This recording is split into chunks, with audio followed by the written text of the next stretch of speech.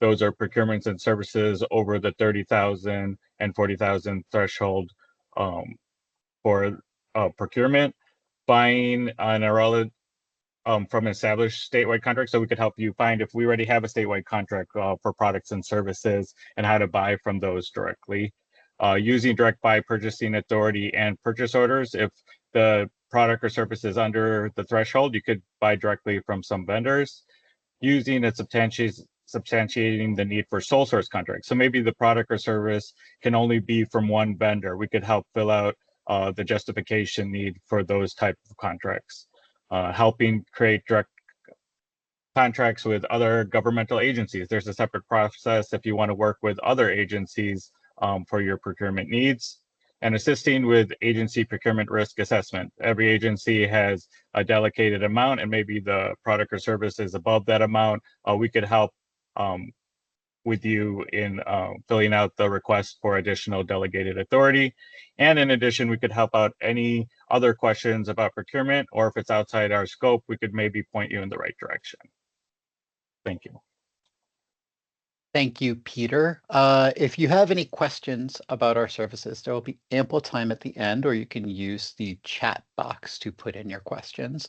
But for the next section, let's introduce Brandon about how to use our services. Thank you, Alex. So who can use our services? It's all small state agencies. For the small agencies team, that's under 100 full-time employees, boards and commissions that are subject to RCW 3926, and those agencies that have had their delegation of authority revoked. Hopefully that's a rare occurrence. So what if you're a larger agency or you don't fall into any of those categories and you're still using 3926? That's me. I'm our contracts liaison, and we have a page for us on the DES website where you can go in, read a little bit about the services that I provide. It's largely similar to the small agency team, only I don't do the procurements for large agencies, but I will go work with you through the entire process. If you have any questions about procurement related items, whatever it may be, my wife describes me as the Butterball Turkey hotline for state contracts. So you can either submit an intake down at the bottom, or my email is also further down the bottom, contracts with an S liaison at des.wa.gov, or you can just send me an email directly to my email box. The most important part of all this is that all of the services, contracts liaison and small agency support, those are free. We recognize that small agencies, oftentimes you don't have the procurement support that you need, but you do have a budget. So that's a dangerous place to be, right? You want to make sure you're following the rules, getting everything done right. Even if you don't want us to take the procurement for you and do it for or with you, you can reach out to us at any time. Just ask your question. It never hurts to ask. So yeah, feel free to get in touch with us. So how can you use our services?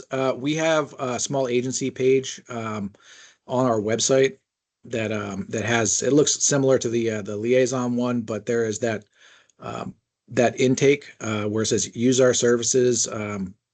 You can check and see if you're on that list. And then number 2 is procurement services request. When you go into there, it's going to ask you a couple of questions about, what are you doing? Who are you? What kind of services do you need? And if you're a small agency that is not on this list, yeah, please get in touch with us. We'll update it, make sure you're on there. But yeah, the second link is that procurement services request, and that does a direct intake form for us. It emails all of us, lets us know, and then we'll reach out to you and schedule a kickoff meeting. We'll get in touch with you and schedule that once we've assigned the contract out. It only takes about 5 minutes to get this whole thing filled out. But the more information you can put in there, the better for us. If you don't want to do the intake request or send us an email, we have a new tool that came out this past year. It's the procurement manual. This thing is really, really robust. It has everything you could need in there. It starts with laws and policies, goes down to procedures, best practices, different resources, how to use statewide contracts, And then all the way at the bottom, it has our procurement templates. So in the different phases of procurement, you can open up those and go in there and find out what happens during this part. And then there's a template that we have genericized for state agency use. There may be parts in there like insurance requirements, any provisions that you guys have that you might need to edit into those. But these are a great place to start. And they also include some examples in there. As you're going through the procurement manual, it also says at the top, there's the laws and policies. It's just a great place to start. Like if you don't know what or why we do what we do, the laws and policies section is a great place to start. I am the owner of that page as well. So if you have any corrections, suggestions, edits, things you'd like to see on that procurement manual, please feel free to reach out to me. And yeah, you can see in that template there are a lot of highlights, notes in there on what to fill out where and why. But yeah, as you're going through there, feel free to reach out to the small agency team or reach out to me directly, and I'll help you get where you need to be. Just going to take an extra minute to just slow scroll through this procurement manual too, so you can see more of what's in there. These links are provided in the slides, and I'm sure one of us will put a link in the chat for you as well. Cool. All right. Thank you, Brandon. So now let's go to Marilyn. Marilyn's going to introduce herself and tell you a little bit about the upcoming procurement risk assessments that DES is doing. Hi, thanks for joining us. We do all of this work in large part so that we can teach you and help you. And that's what we're here to do with the procurement risk assessments. And for those of you who don't know, the DES policy team, which is separate from us, every few years they do a procurement risk assessment. And this was put on hold. The last one was done in around 2019, but it was put on hold during the pandemic because there were other priorities at that time. And what will happen during these risk assessments is the policy team will look at one contract. If you've only had one contract, that's all they'll look at. If you have more, they'll look at a few more. And they'll pull this information from webs. And what you'll need to provide could be some additional support materials that would not have been in webs for your competitive solicitation. And by default, they will be looking primarily at competitively bid contracts that you've used. Either direct negotiation contracts or statewide contracts are not really the focus of this. For those of you who are scheduled in the early sprint for the winter, we have communicated with you and let you know that we're here to help you. We are not the policy team, but we can help you second guess what they're looking for or what they may be directly asking you for. If you don't have the information in your files and we conducted the solicitation for you, we should have a complete set of files that we also would have shared with you, but there could be some pieces missing. We don't always get every single email into the contract file, but we keep them all. So there's other support work behind the scenes if you don't have documents from us already. If you have your own and you need us to help answer some of the questions that may come as follow-up, we can help you do that. And these are just beginning. I think a few agencies have had their introductory meetings, and they're short meetings. We can accompany you we can come to those meetings with you if you like, but not if you don't want. Also, if you don't want any help from us on risk assessments, you don't necessarily need to ask us for it. So that's also true with our other services. If you want help, we'll give you as much or as little as you'd like. At the bottom of this page, you'll see the schedule of small agencies. And I actually think there are some large agencies interspersed with the large, and it looks like Alex is pulling that up. So if anyone has had their introductory meeting already and can add what that was like, that might be helpful for people to hear. I have not been to any yet, but I'm planning to attend some in the next week or so.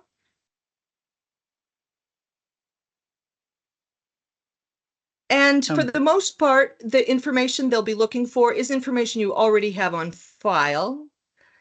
You can look ahead to see the kinds of things they might be looking for. They'll be looking for the fact that you're following procurement policies. So those are not the kinds of things that they'll find in webs. One example is your outreach to small and diverse businesses, for example. And as I started speaking, I heard someone about to ask a question. Go ahead. No, it was just me. I was going to say, Oh. if anyone has had that introduction, please feel free to raise your hand. It'd be good to the order if you've been through that. I think many of the first round agencies are having theirs over the next week or two. Yes. Sorry to put you on the spot, Levi, but tell us, what was it like? Thanks. So I didn't know if I should stay off. I was told about muting and camera, but yeah, we had our initial meeting. Luckily, or I guess unfortunately, we have not conducted any competitive procurements during the fiscal year, so that was a little bit of a wrinkle for them that I think they're working out. So they're looking instead at our practices to make sure that we're compliant in our contract management, supplier diversity, and also in how we go about managing the use of statewide contracts. So that's what our experience has been to date. I've not yet provided them the requested information, but it was painless and they were very nice. That is not all that unsurprising. I'll get to that in the next couple of slides. But yes, thank you, Levi, for that insight from there. I'm going to go over the next couple of slides. Thank you, Marilyn. So about this procurement risk assessment process, again, why should you care? So this procurement risk assessment will affect what is called your delegation of authority. Little known fact that no state agency is permitted to do any procurement except for the DES. And we, the DES, delegate that authority down to the individual agencies from there. This procurement risk assessment may affect that delegation of authority and effectively how much you're allowed to spend on individual projects, on different types of projects, based off of your procurement practices and procedures. So this is critically important that if the procurement risk assessment does not necessarily go well, it could restrict your purchasing authority further or to an extent from there. And so this is a pretty important process. And that's why I wanted to spend several minutes, probably another 5 or 10 minutes, going over this process that's coming forward and what both we, the small agency team, can do for you and what you can do to prepare. So I want to go over what can you do to prepare now. Regardless of what sprint you're on, regardless of when this is, I would recommend every agency review and organize your files now. Make sure that you have everything that you're going to need. If you don't know what you need, I'd actually go to the scoring rubric. I'll open that up in a second and it'll show you what questions they're going to ask. Another important point is we've heard that you only have a limited time, I think it's 14 days, to furnish all of the documentation requested by DES policy about whatever contracts they're going to ask you to provide. So anytime you can, I know we have other duties as assigned, and this is not our primary jobs. I understand that. But anytime you can spend now to make sure that your files are organized and ready for that restricted time frame will pay off in spades in the future. There is a risk assessment website that is in our slide deck that can be disseminated. We'll also put in chat when I'm done presenting here. I'll go to that website first. It's opening up now. So they've created this website that has much of the information that we have relayed. They've got the review schedule. So if you want to know what sprint you're in and my scrolling was too fast, you can go to the review schedule here. The implementation plan will give you some insights about how they are planning on conducting the risk assessment. And I will spend 1 or 2 minutes going over this scoring rubric here. This is opening up on my other screen. This will go over what they are looking for. And so as we've addressed before, we know they are going to attempt to look at some of your previous contracts that you have had. Now, like Levi said, they are really looking only at the past fiscal year. They might look farther back, but it would not surprise me if they are only going to look at the past fiscal year. I think that's important because a lot of policies have come out over the past year, and statewide, they want to make sure progress is being made on implementing those policies. So you might very well be, small agencies might not have many contracts over the past year. You might not have any contracts over the past year. And if that's the case, they're going to just look at your general policies and practices. But if you do have contracts, I want to go over what they will be looking for. And so these tabs here, if it is a service contract or a goods contract, will tell you exactly the things that they are going to be looking for implemented or actions done for each of these contracts that are here. Have all of your purchasing people taken the supplier diversity training? Did you post your bid opportunities to webs? Did you search webs and OMWBE directories for certified firms? I won't go over all of this, but if you want to know what they will be looking for, this will show you what they're looking for, and this can help you with some of the documentation that you might want to have ready. Let's focus on Levi's situation. Levi says, I don't have many contracts. They're going to be looking at policies. Well, they're also going to be looking at, have you implemented the required policies? And these are the policies that are listed, and they're likely going to be looking at your procedures, your practices, your standard operating, what have yous, to see if these policies are implemented in your modus operandi, in your average day-to-day work from there. So that's generally what they're going to be looking at.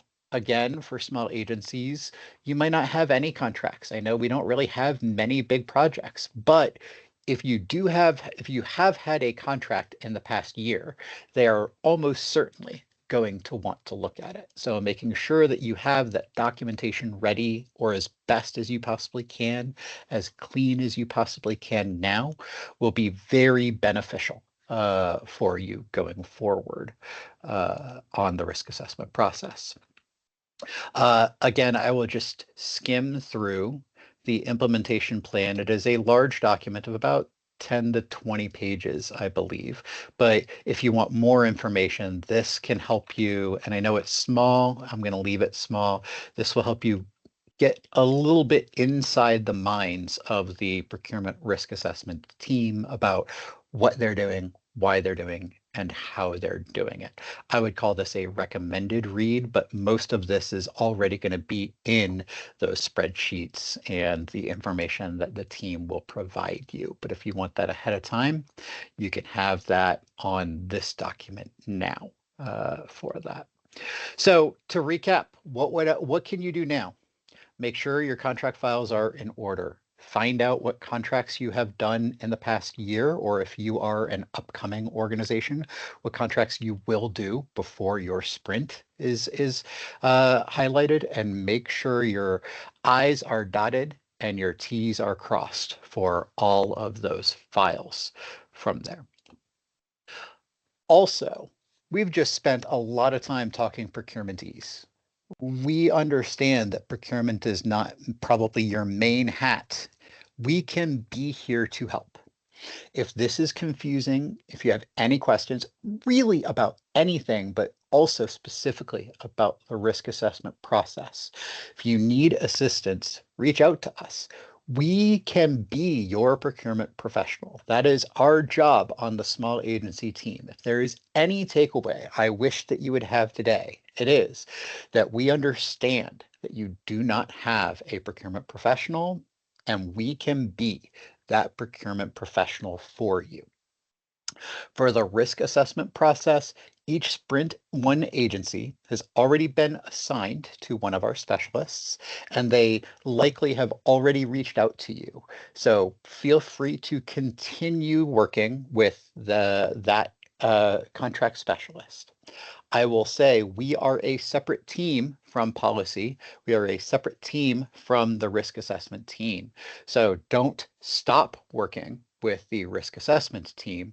We are here to help you in this process from there. So if you need help, I would work with both of us from there.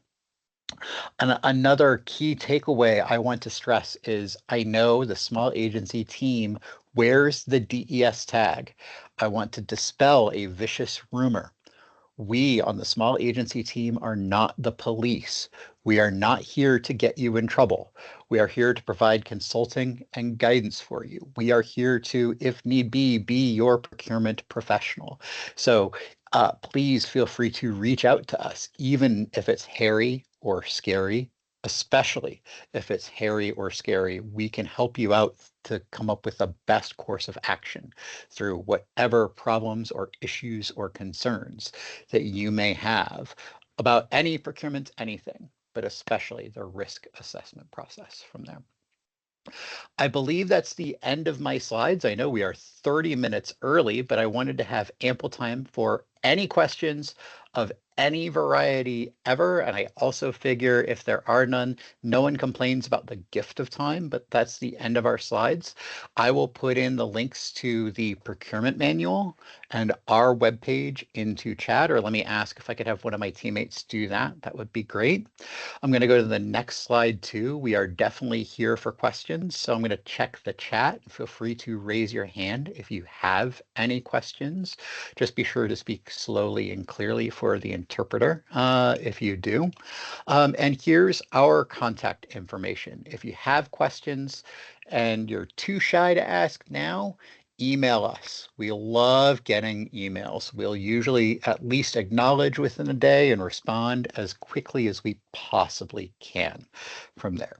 So with that, does anyone have any questions?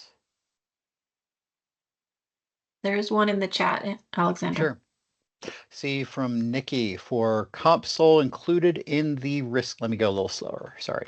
For competitive solicitations included in the risk assessment, will that include two-tier under the ITPS statewide, or is that not included? Love that question. So it will include all statewide purchases, including the statewide contracts from there. I can't say for certain, but I would suspect that the procurement risk assessment team will focus more on your own independent competitive solicitations, but they will also likely look at your usage of that ITPS, that's the information technology statewide contract, to ensure that you have done a proper competitive solicitation if you are using the two-tier contract. If that is too much procurement language, let me peel back the onion a little bit more. All of the new IT contracts, I do not believe are two-tier contracts, or they are a different kind of two-tier where you are asked to get 3 quotes, but you may use them directly.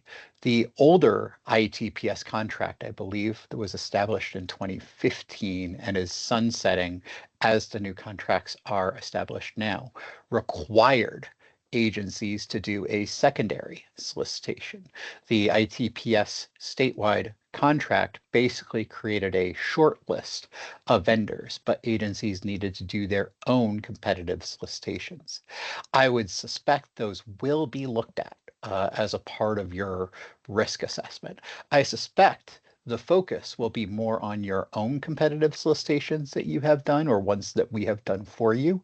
Again, I think the focus is, are the new procurement policies being implemented? But I would be surprised if they don't also look at those as well. I want to go back to Nikki and give time in chat. Did that answer the question, Nikki? Do you need more, or can I elaborate on that answer for you? I'm good, thank you. Really quick, and I'm just want to confirm, we are talking about fiscal year July 2023 through June of 2024, right? I will say that for now, but I think it also depends on what your sprint is. I would be surprised if that time frame doesn't adjust based off of where your sprint is. Or to put simply, be ready for June 2024 to present, be ready from June 2024 to June 2025. I think the answer really depends on when you are are going forward with your risk assessment. I might call back in Levi, since you're in sprint one. Levi, were they only looking at that fiscal year from June to June 2023 to 2024 for you, or were they looking at more recent as well? Yeah, the extent of our discussion was just fiscal year 24. Correct. And just for those contracts. So basically it's based on your annual contracts report. Right. And again, I want to repeat that is not surprising. I think they could reserve the right to look farther back, but I think the risk assessment team is more focused on the most recent year with the supplier diversity policy and all the various policies that came out. And so they may be exclusively focusing on that. I want to re-stress they are a separate team, and I don't have all the info on that team by design. We need a little bit of walls between us for sure. But I would say that is not a surprising answer. Any agency going forward can probably expect something similar, but I want to also stress they may want to look at previous contracts. They certainly can look at previous contracts, but don't be surprised if they don't.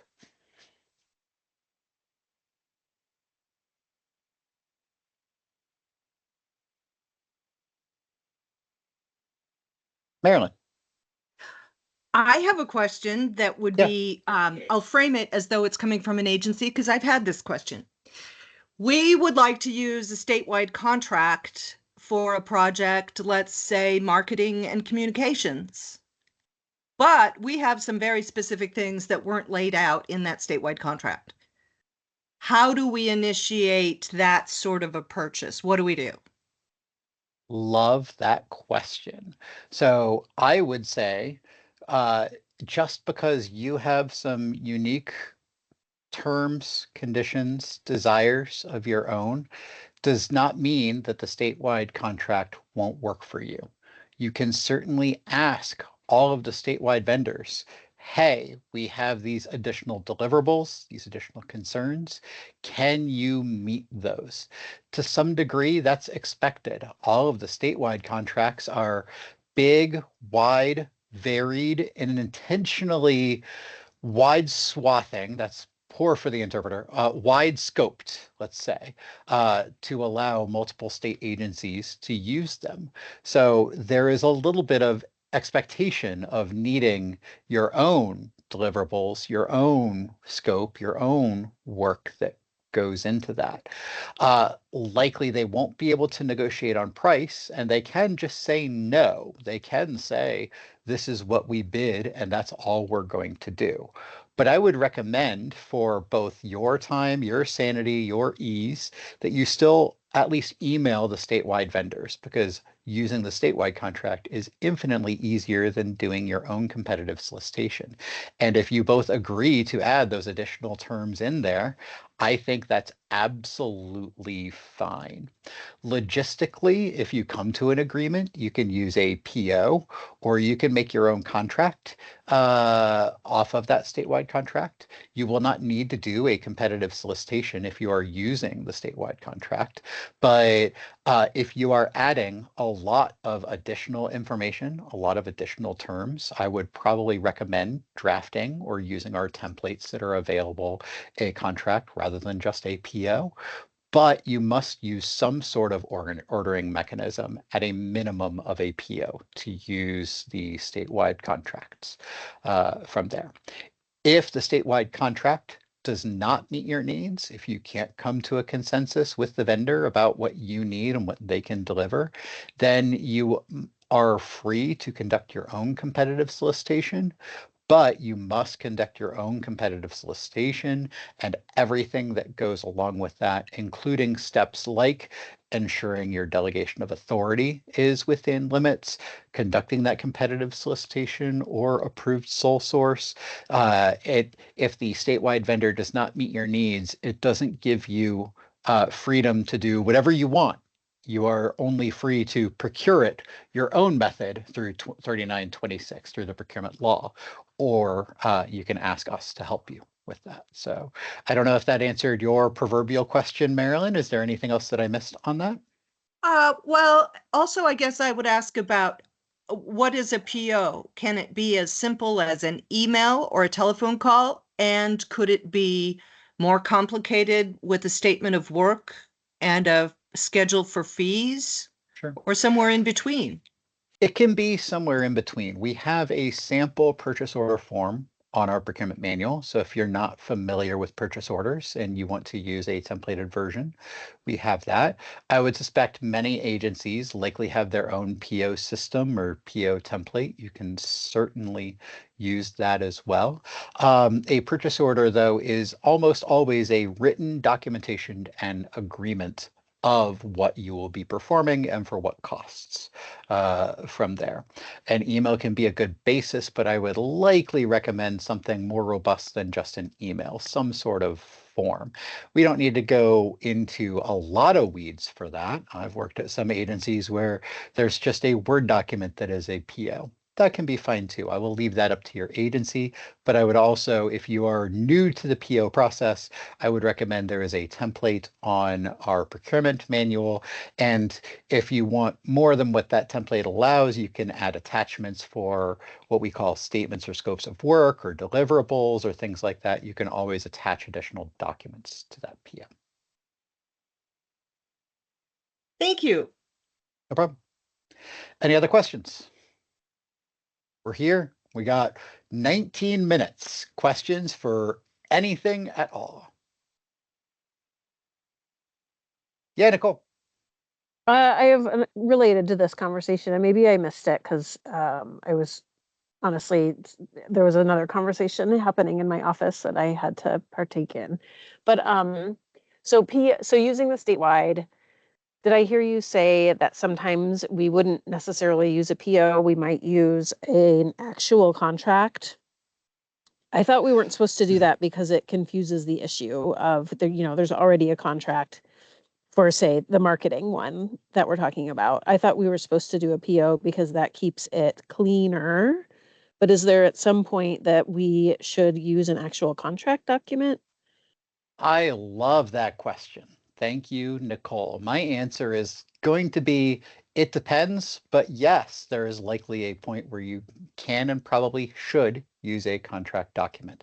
What you are saying, Nicole, is also true. Adding your own contract might begin to be confusing because the statewide contract does supersede everything that is in any, we'll call it secondary or ancillary contract that you have from there. But I think if you are adding a lot of deliverables, a lot of additional terms and conditions that you need, some SCC or agency specific things, a contract can very well be actually cleaner than a PO with a 30-page attachment to it from there. This is ultimately a business decision for your agency. I'm not going to tell you you must use a PO or a contract. I will just say all statewide contracts will say you must have at a minimum a PO. So no highly recommended no contracts on backs of cocktail napkins. But if you have a lot of additional terms and conditions, if you have a lot of agency specific things, you can use your own contract. My recommendation would be in one of those introductory pages to just say, this contract is pursuant to the master contract. You can link the two together. You can say in what we call a recital, this is a subordinate contract to the master contract, an ancillary contract to the master contract. And we can also help you out with that language if you need to. But there is also nothing wrong with using quote unquote just a PO and adding a scope of work to it, adding an addendum to it. There's nothing necessarily wrong with that either. I think it really depends on what your needs are. I don't think it would be appropriate for me to have hard and fast rules about use a PO in this case and a contract in that case. I would just put a soft recommendation that if you have a lot of extra stuff that you want to add, you certainly can, as long as they accept it, as long as they approve it, and as long as it is generally within the scope of the contract. But you might not want a 50-page PO. You might not want 3 or 4 added exhibits to a PO. You might want to consider an official contract in that case. And yes, you can create a contract under the master contract. They don't necessarily need to conflict, but I would just be clear in your contract, this is pursuant to the master contract from there. And the master contract, or sorry, the statewide contract itself also will say that every subordinate contract will be subject to the terms and conditions. So it kind of links those two together on that. And again, if that's too much procurement language, if that doesn't make sense to you, just email us. We can help you through any of those situations too.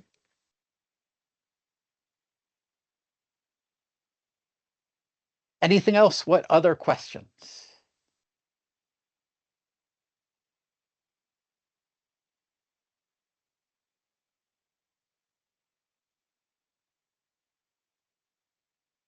I don't mind intentionally interjecting another 15 to 30 seconds of awkward silence to really create safe space for people who may have questions and want to raise their hands.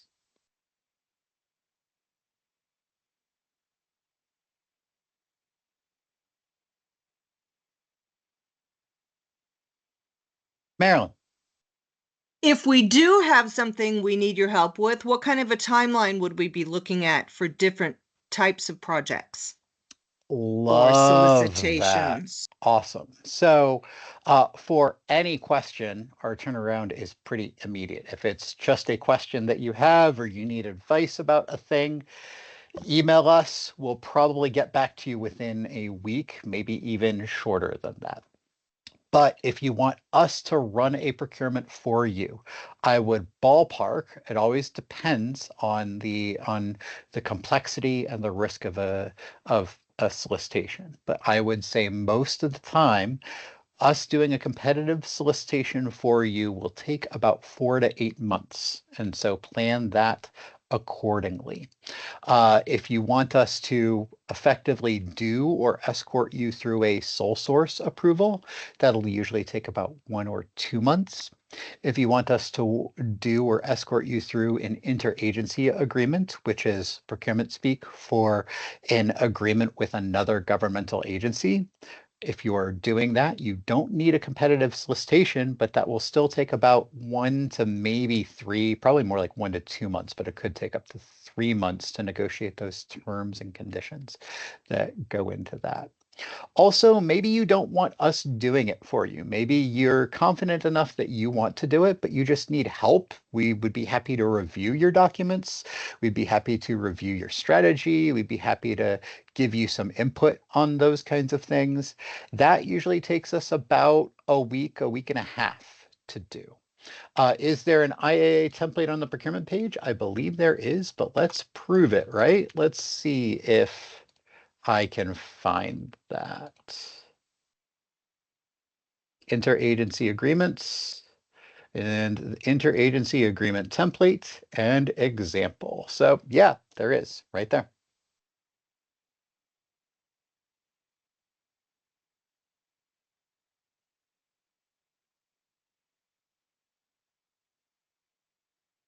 Any other questions?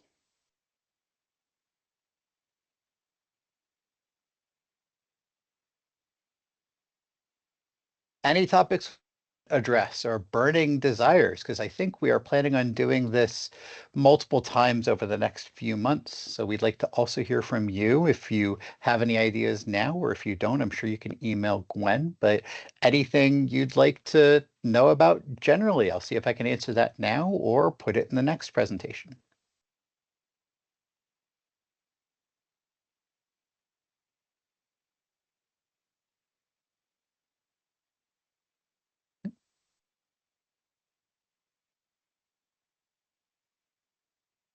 Okay, I'm gonna call it there. I will, in the next minute or two, put in links to the small agency page in the procurement manual again. I think we've got the risk assessment page, but I want to make sure the small agency website and the procurement manual are available for you. I would recommend bookmarking those. And I think that's all I have for now. So I'm going to turn it back over to Gwen for any closeout. Yeah. Oh my gosh. I want to say thank you to you and your team. How wonderful. Lots of information. We will get the recording with a transcript and a PowerPoint presentation out on our website materials. Yeah, workshop materials website. There we go.